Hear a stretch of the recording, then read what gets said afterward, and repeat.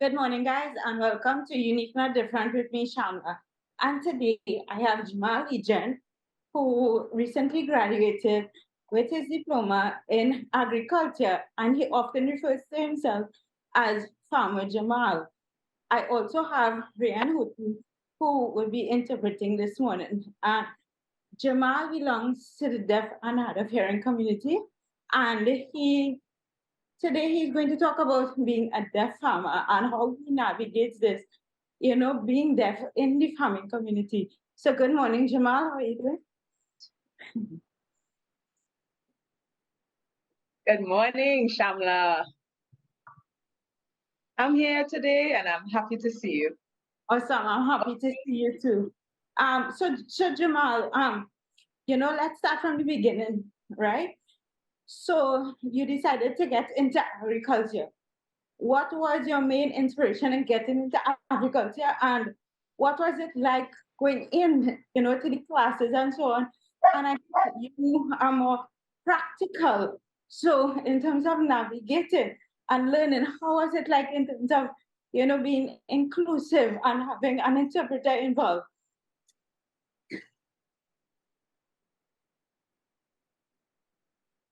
Okay,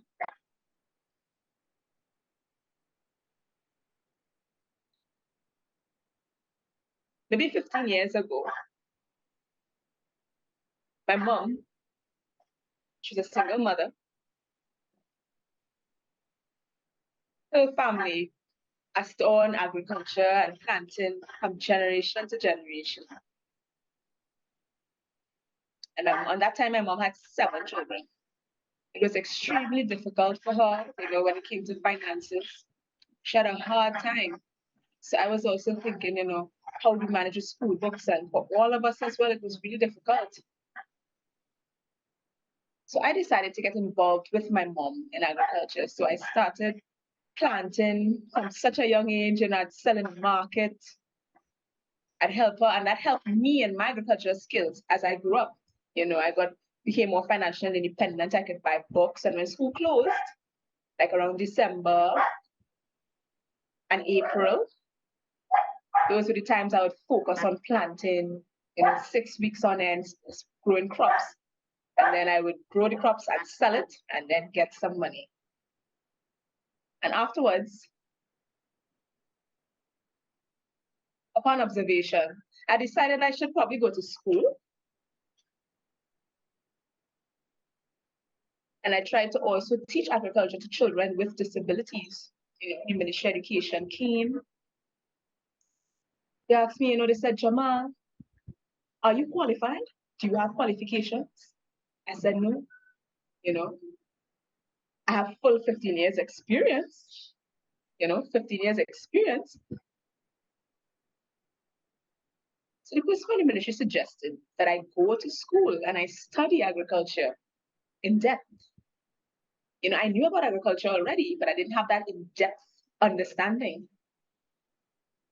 And afterwards, as when I joined UTT, this was a time when it was COVID and a lot of things were closed. Plenty people were being laid off, children were at home. So that was the time, I had no work to do. But you see, agriculture, that's a special job, that's a special role. And being at school at UTT,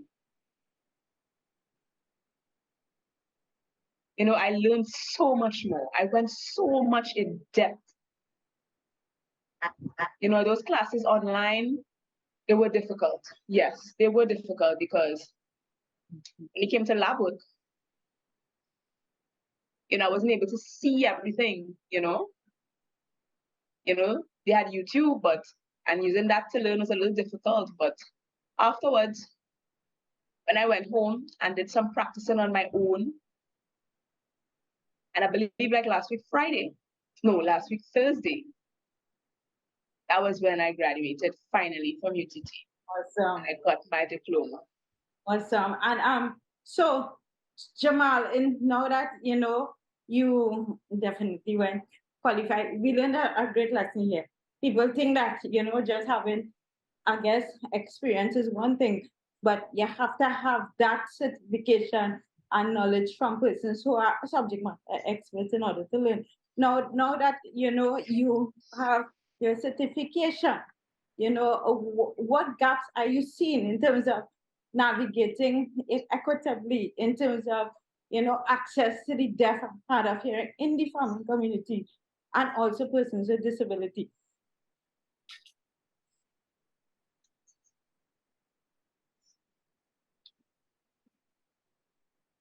I noticed when it comes to agriculture, it's very important. And why is it important?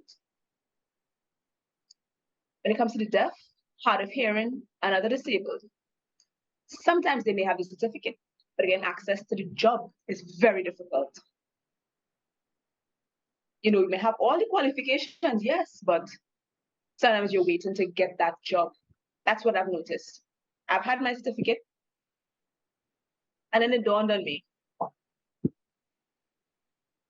I hope that I get enough time maybe to encourage and advocate for the disabled community because it really can help them in this economic climate.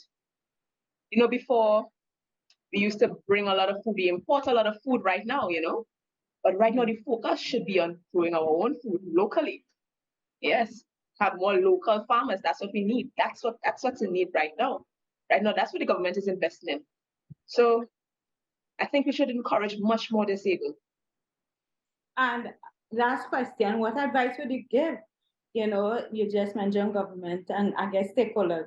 What advice would you give to government and stakeholders in order to do what you just said into becoming more equitable and encouraging job opening, etc. in this field? My advice for the government right now is when it comes to disability welfare, it is not sufficient. It does not help. It does not help. It's not enough. I understand that there are some have physical disabilities and they would need the welfare, yes, but there's also a need for addition, something in addition, Some people who are deaf in a wheelchair, they need much more opportunities to get jobs. I really do hope that the ministry would look at this and find more opportunities to include the disabled in agriculture. It would really help things to improve. And then everyone can go, maybe they could fund studies,